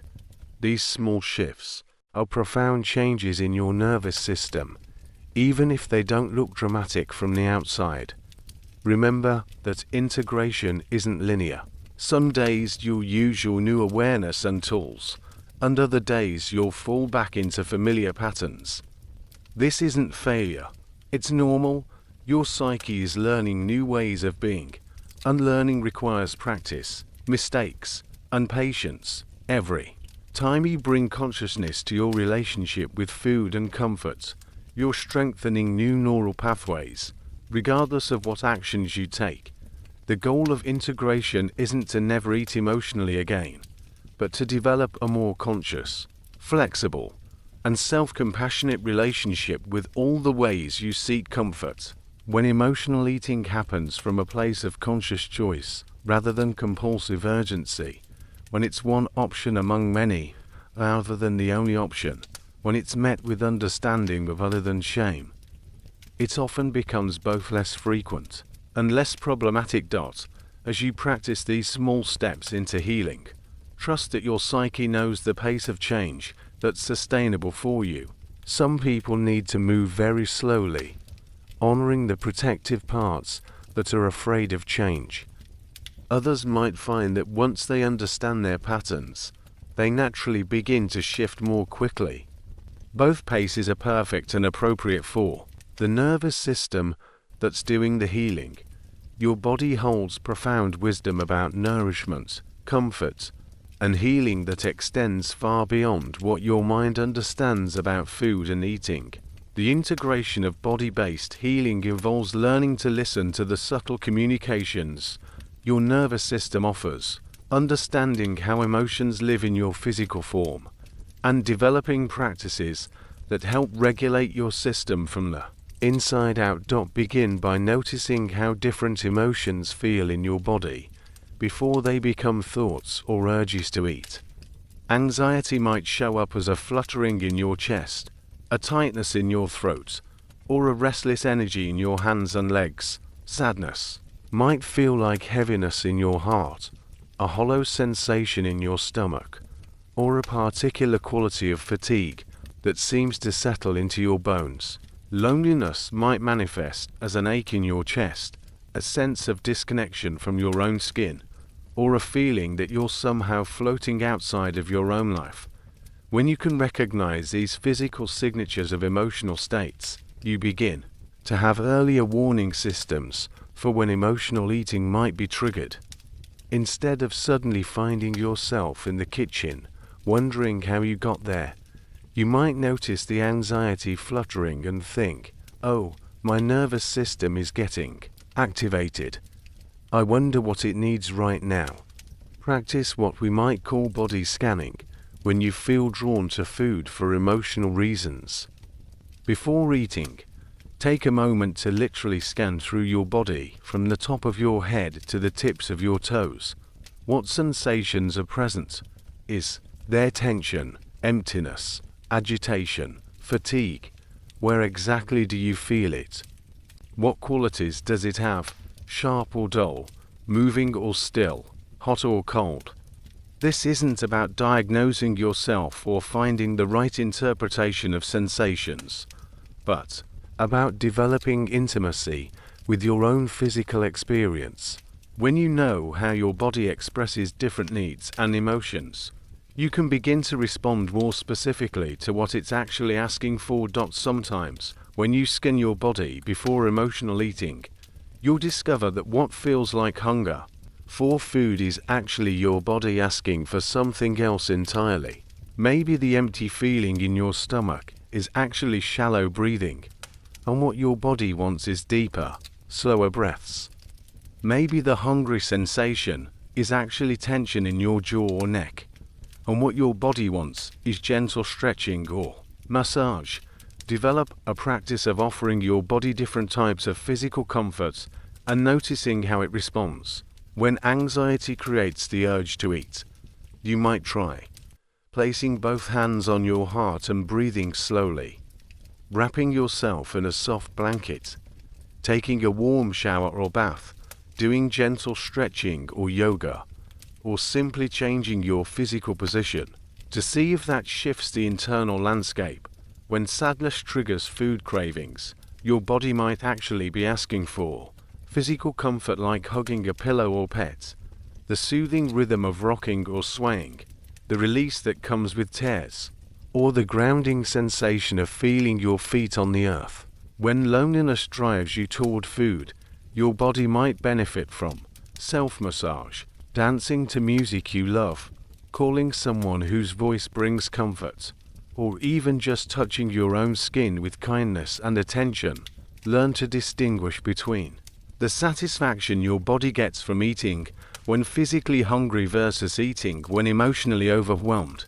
Physical hunger, when met with appropriate food, creates a sense of satisfaction that radiates through your whole system, energy returning, stomach settling, a general sense of that's what I needed. Emotional eating often provides temporary distraction or pleasure, but rarely creates that same full body satisfaction because it's addressing a spiritual or emotional need with a physical solution. This doesn't mean emotional eating is wrong or should be avoided, but understanding the difference helps you make more conscious choices about how to care for yourself in different moments. Sometimes the temporary comfort of emotional eating is exactly what you need to get through a difficult moment. Other times, your body might guide you toward forms of nourishment that more directly address what you're actually experiencing. Breathing practices can be particularly powerful for nervous system regulation because they bridge the conscious and unconscious aspects of your physiology. When emotions trigger the urge to eat, you might experiment with different breathing patterns, long, slow exhales to activate your parasympathetic nervous system, quick, energizing breaths if you're feeling numb or disconnected, or simply returning to your natural breath rhythm if you've been holding your breath unconsciously. Your nervous system also communicates through what we might call gut feelings, those inexplicable knowings that arise from your belly rather than your head. As you develop more intimacy with your body's communications, you might notice that your stomach area often holds information about what you actually need in any given moment. Before reaching for food when emotions are high, you might place your hand on your belly and ask, "What are you trying to tell me right now?" Movement can be another powerful tool for emotional regulation that doesn't involve food. When restless energy makes you want to eat, your body might actually be asking for shaking or dancing to discharge activation, walking to help process thoughts and feelings, stretching to release physical tension, or even just fidgeting or playing with something in your hands. The practice of body-based healing also involves learning to trust your body's timing and rhythms, rather than forcing them to conform to external expectations. Maybe you naturally want to eat more during certain seasons, times of the month, or phases of your life. Maybe your body has different energy and appetite patterns than what diet culture suggests is normal. Learning to trust and work with your body's natural rhythms rather than against them often reduces the internal conflict that can drive emotional eating. As you develop this somatic awareness, you might notice that your body actually has preferences about how it wants to be comforted in different emotional states. These preferences might be different from what your mind thinks should work or what worked for someone else.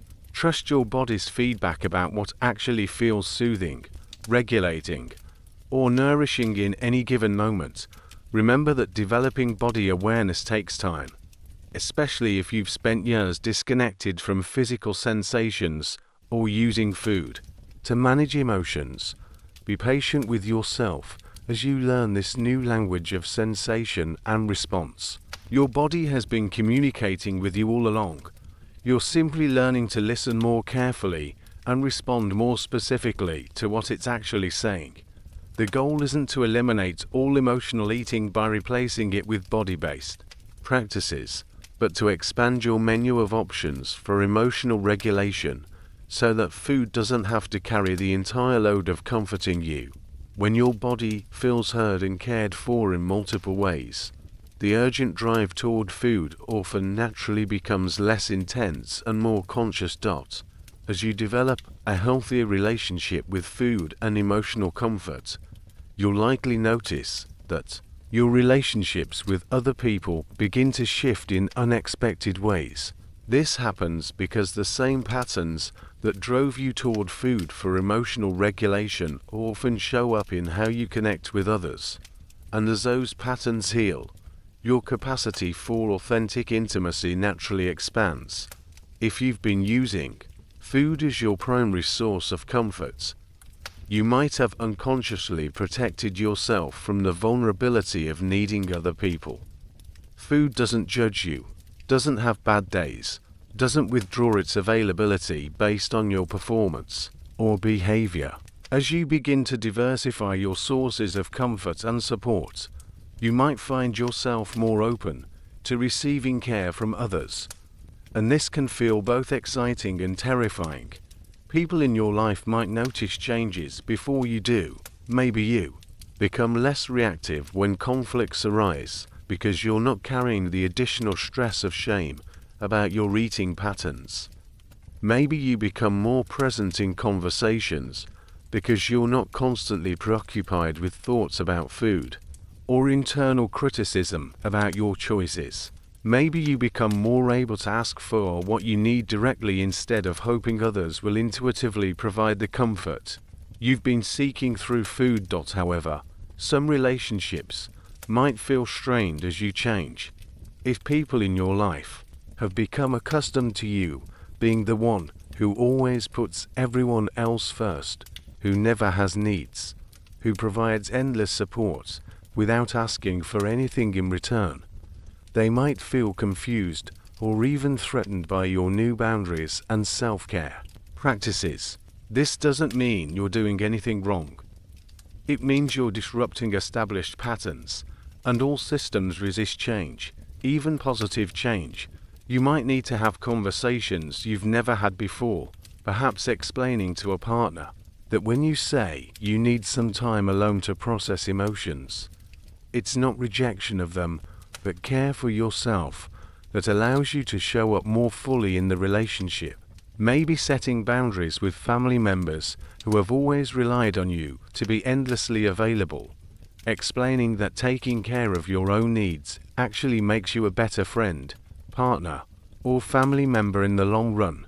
Some people might not understand your healing journey, especially if they have their own complicated relationships with food or control. They might make comments about your eating choices, offer unsolicited advice, or seem threatened by your growing self-awareness and self-compassion. Remember that their reactions are about their own fears and limitations, not about the validity of your healing process.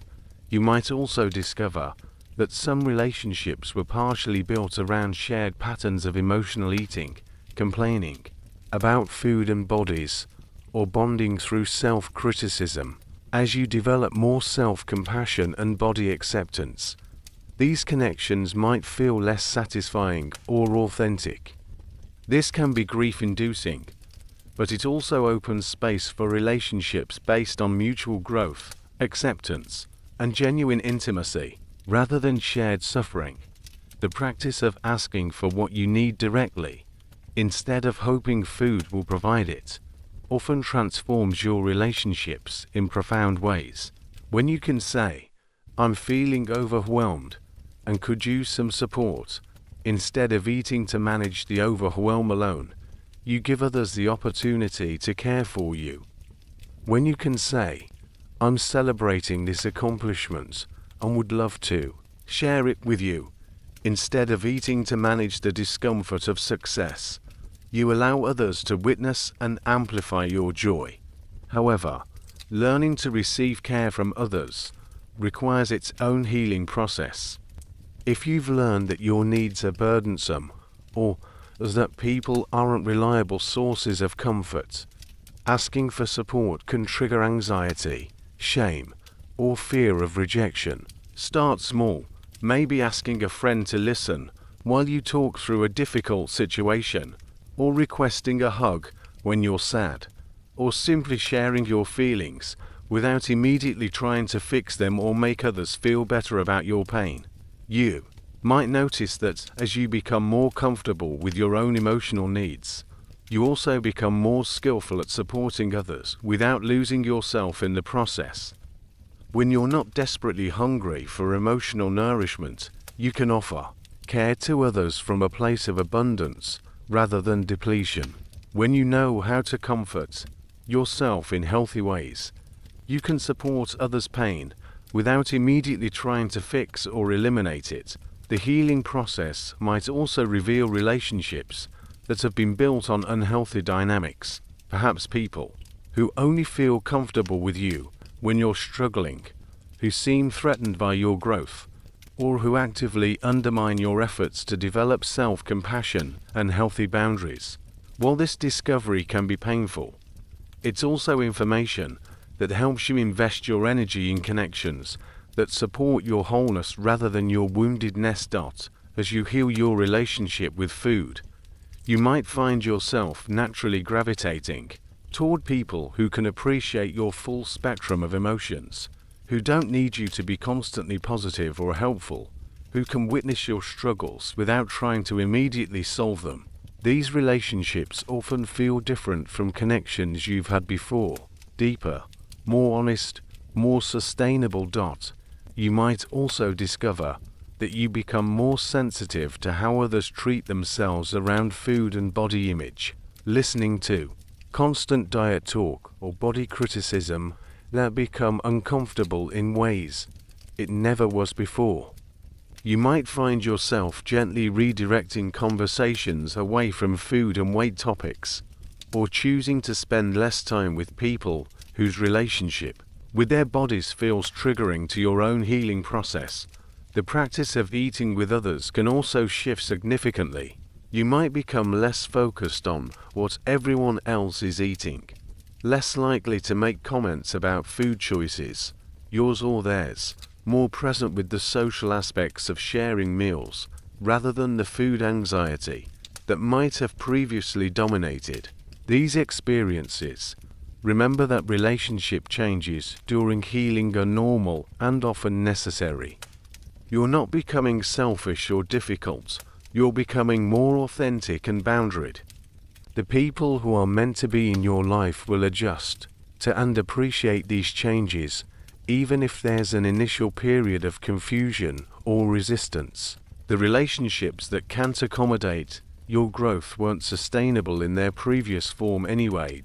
As you continue to heal, trust that you're not only transforming your relationship with food, but modeling for others what it looks like to treat yourself with kindness, to have needs without shame, and to seek comfort in ways that truly nourish rather than merely distract.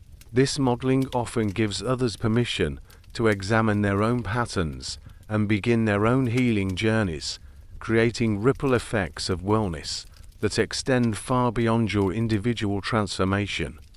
The true test of healing doesn't happen in therapy sessions or during focused self-reflection time.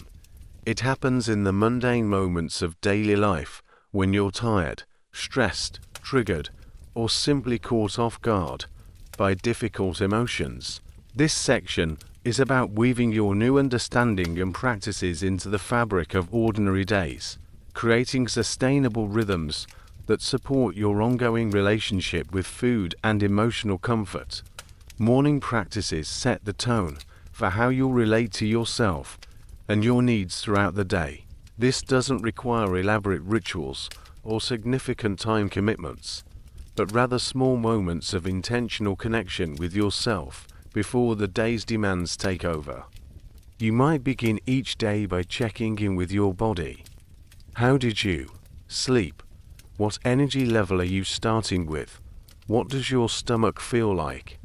Are there areas of tension or ease? Consider creating what we might call a morning nourishment check-in. Before you eat breakfast, ask yourself, what does my body need for fuel today?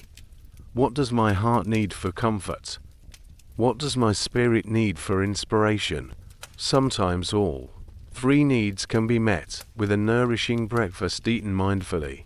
Other times, you might realize you need physical nourishment through food, emotional nourishment through connection with a loved one, and spiritual nourishment through a few minutes of beauty or gratitude. Throughout your day, practice what we might call micro check-ins, brief moments of awareness that help you stay connected to your actual needs rather than reactive patterns. When you notice yourself thinking about food between meals, pause for just a moment and ask, what is my body telling me right now? Sometimes it's genuine physical hunger that needs attention. Sometimes it's thirst, fatigue, boredom, anxiety, or the need for a mental break. These micro check-ins aren't about controlling your eating or talking yourself out of food, but about bringing consciousness to the moment, so you can respond rather than react. If you realize you're thinking about food because you're anxious about an upcoming meeting, you might still choose to eat something for comfort, but you can do it knowing why you're eating and what kind of comfort you're seeking. Develop strategies for the predictable, challenging moments in your daily routine. Maybe Monday mornings always feel overwhelming, or 3 p.m. is when your energy crashes, or Sunday evenings bring existential loneliness. Instead of waiting for these moments to trigger unconscious eating patterns, you can prepare for them with kindness, an intention. For the Monday morning overwhelm, you might prepare by going to bed earlier Sunday night, laying out your clothes in advance, or setting up something comforting for breakfast. For the 3 p.m. energy crash, you might pack a nourishing snack, plan a brief walk, or schedule a quick check-in call with a friend. For Sunday evening loneliness, you might create a ritual that acknowledges the transition, maybe a bath, journaling, or connection with someone you care about. Work environments often present particular challenges for conscious eating because they're frequently stressful, social, and filled with food-related triggers. You might practice bringing your own snacks that you actually enjoy rather than relying on whatever's available in vending machines or break rooms. You might decline participation in office diet talk or food policing, redirecting conversations toward more interesting topics. If workplace stress typically triggers emotional eating, consider what other forms of stress relief might be available to you. Perhaps a brief walk at lunch, a few minutes of breathing exercises in your car, stretching at your desk, or even just stepping outside to feel the weather on your skin for a moment. Evening routines are particularly important because this is often when emotional eating is most likely to occur. The combination of fatigue, accumulated stress from the day, and the lack of structure that comes with free time can create perfect conditions for unconscious food seeking. Instead of fighting against this tendency, you might work with it by creating evening rituals that provide the comfort and transition you're seeking. This might include preparing a satisfying dinner that you eat with attention and pleasure rather than rushing through, creating a transition activity that helps you shift from work mode to home mode. Having a warm drink as a way of signaling to your nervous system that it's time to unwind, or engaging in activities that provide the same kind of comfort you might typically seek through food, reading, music, gentle movement, creative projects, or connection with loved ones. Weekend routines require different attention because they often involve more unstructured time, social eating situations, and the particular emotional challenges that come with breaks from routine. You might notice that weekends trigger different eating patterns than weekdays, perhaps more social eating, celebration eating, or boredom eating. Rather than judging these patterns, you can plan for them with intention. If weekends typically involve social meals that trigger anxiety about food choices, you might practice self-compassion affirmations before these events. Remind yourself that one meal doesn't define your relationship with food, or plan for some quiet self-care time afterward to process any difficult feelings that arise. Seasonal and cyclical changes in appetite and emotional needs are also worth acknowledging and planning for. Many people notice that their relationship with food shifts during different seasons, times of the month, or life transitions. Instead of fighting against these natural rhythms, You might track your patterns and prepare for them with kindness. If winter always brings increased cravings for comfort foods, you might stock your kitchen with nourishing versions of these foods and plan for additional self-care during darker months. If times of hormonal change create more emotional eating, you might prepare by ensuring you have multiple comfort strategies available and by practicing extra self-compassion during these phases. Travel, holidays, and special events often disrupt normal routines and can trigger old patterns around food and emotional regulation.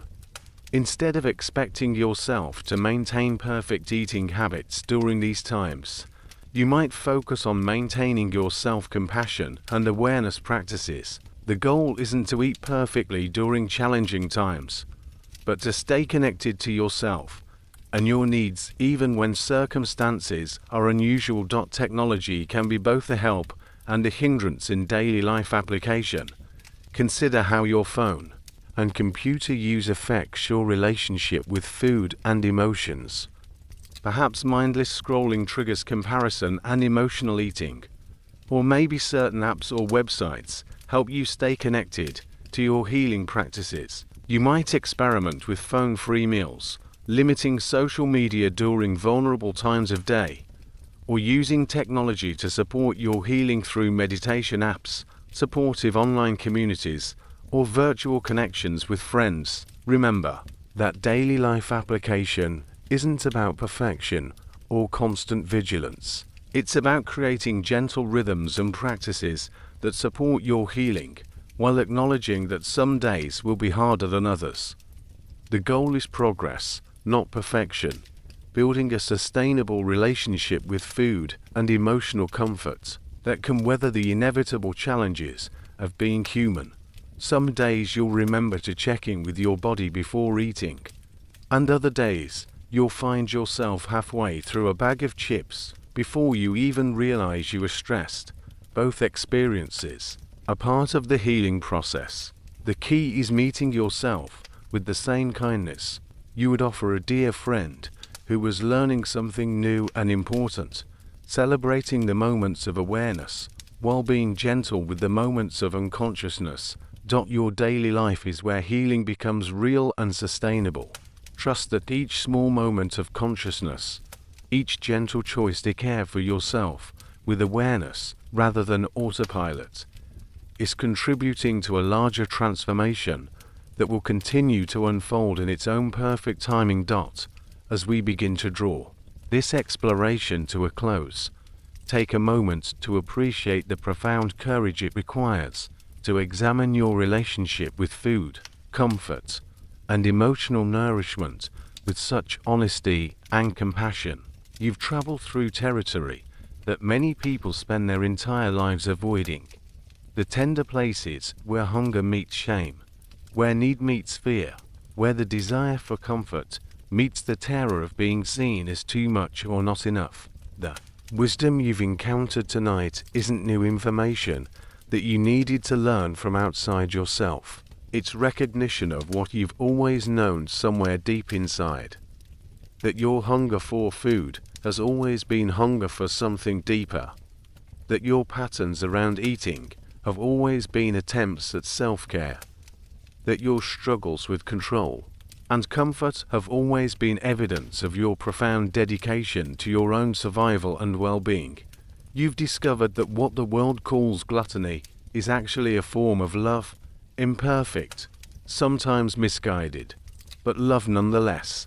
Love from the part of you that noticed you were in pain and tried to help.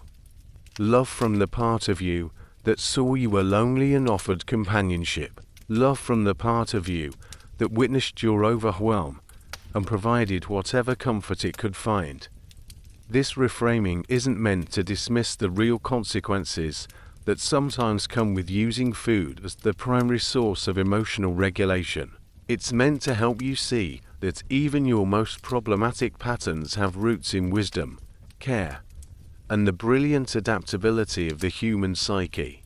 When you can see your struggles through the lens of misguided love rather than moral failing, everything becomes workable. You've learned that the beliefs driving your relationship with food, that hunger is dangerous, that your needs make you selfish, that you're simultaneously too much and not enough, aren't truth but protective strategies developed by a younger version of yourself who was doing their best with limited information and resources. These beliefs served important functions, but they can be updated now that you have more capacity, more understanding, and more options for care. The healing phases you've explored or recognition, compassion, and integration aren't steps to complete and move beyond, but ongoing practices that will deepen and evolve as you continue to grow. Recognition will become more subtle and immediate. Compassion will become more natural and automatic. Integration will become more creative and responsive to your changing needs and circumstances. Your body's wisdom, which may have seemed unreliable or untrustworthy, is actually a sophisticated guidance system that's been trying to communicate with you all along. As you continue to listen to its signals about hunger, satisfaction, comfort, and need, you'll find that it has information just about food, but about all the ways you can nourish yourself in a world that often feels too fast, too harsh, too disconnected from what truly matters. The relationships in your life may continue to shift as you model what it looks like to treat yourself with kindness, to have needs without shame, to seek comfort in ways that truly nourish rather than merely distract. Some people will be inspired by your journey towards self-compassion. Others may feel threatened by your refusal to participate in shame-based conversations about food and bodies. Trust that the people who are meant to be in your life will grow with you or will appreciate your growth even if they're not ready for their own. Your daily life will continue to present opportunities to practice these new ways of being. Moments when stress triggers the old urge to eat unconsciously. Situations where emotions feel too big to hold without immediate comfort. Times when the familiar patterns of control and shame try to reassert themselves. Each of these moments is a chance to practice the gentleness you've been cultivating, to remember that healing isn't about perfection, but about consciousness, choice, and self-compassion. The hunger that was never about food, that deeper yearning for connection, meaning, safety, and belonging, doesn't disappear as you heal your relationship with food. It becomes more conscious, more articulate, more able to guide you toward the experiences and connections that can truly satisfy what you've been seeking all along. You are not broken and never were. You are a human being who learned to use one of the most reliable sources of comfort available, food, to cope with the fundamental challenges of being alive in a world that can be both beautiful and painful, abundant and scarce, welcoming and rejecting. Your patterns made perfect sense given your experiences, your resources, and your understanding at the time they developed. Tonight, as you prepare to rest, you can appreciate the incredible intelligence of your own psyche, the dedication of your protective parts, and the wisdom that has been guiding you toward healing even when the path felt unclear. You can trust that your healing will continue to unfold in exactly the timing and manner that's right for your unique nervous system, your particular history, and your individual path toward wholeness. Now, as we transition into the quiet sanctuary of sleep, allow yourself to settle more deeply into whatever is supporting you. Feel the weight of your body being held by your bed, your chair, the ground beneath you. Notice how you don't have to work to be supported. The support is simply there, reliable and steady, asking nothing of you but presence. Let your breathing find its own natural rhythm, the way it did before you ever learned to worrying about doing it right or wrong. Your body knows exactly how to breathe, how to circulate your blood, how to digest your last meal, how to repair the small damages of daily living while you rest. Trust in this profound intelligence that operates below the level of conscious thought, caring for you with a dedication that never wavers. As you begin to release the day's tensions, imagine that you can also release the old stories about your relationship with food and comfort. You don't need to carry the weight of shame about past eating patterns into your sleep. You don't need to grip onto worrying about future food choices. Tonight, you can rest in the understanding that your hunger, all of your hungers, are natural expressions of your aliveness, your humanity, your deep capacity for wanting and needing and receiving nourishment. Feel your muscles beginning to soften, starting perhaps with your face, letting your forehead smooth, your jaw unclench, your tongue rest gently in your mouth. Let this softening spread down through your neck and shoulders, releasing any tension you might be holding from trying so hard to control, to be perfect, to get everything right. Your shoulders can drop away from your ears, carrying nothing but the weight of themselves. Allow the softening to continue down through your arms, your chest, your heart. If there are emotions present, sadness about past struggles, fear about future challenges, hope about healing possibilities, you can let them be there without needing to change or fix them. Emotions, like weather, move through naturally when they're allowed to exist without resistance. Your heart has been working so hard, not just to pump blood, but to feel everything, to care about your well-being, to want connection and comfort and peace. Tonight, you can appreciate your heart's dedication while allowing it to rest in the knowing that you are learning new ways to care for yourself, new ways to respond to its needs for nourishment and comfort. Let the relaxation flow into your stomach and belly, that area of your body that holds so much wisdom about hunger, satisfaction, and gut feelings.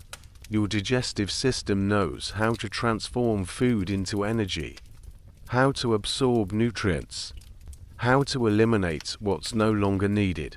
Trust in this natural intelligence, while also appreciating the emotional wisdom this area holds. Those gut feelings that guide you toward what nourishes you and away from what depletes you. Feel the softening continue down through your hips, your legs, your feet. These parts of your body that carry you through your days, that ground you to the earth, that move you toward what you need and away from what hurts you. They deserve your appreciation and your rest. As your body settles into deeper relaxation, you might notice thoughts arising about food, about tomorrow's meals, about your ongoing healing journey. When these thoughts appear, you can acknowledge them gently, like greeting old friends, without needing to engage with them or solve anything. Tonight is for rest, not for planning or worrying or fixing.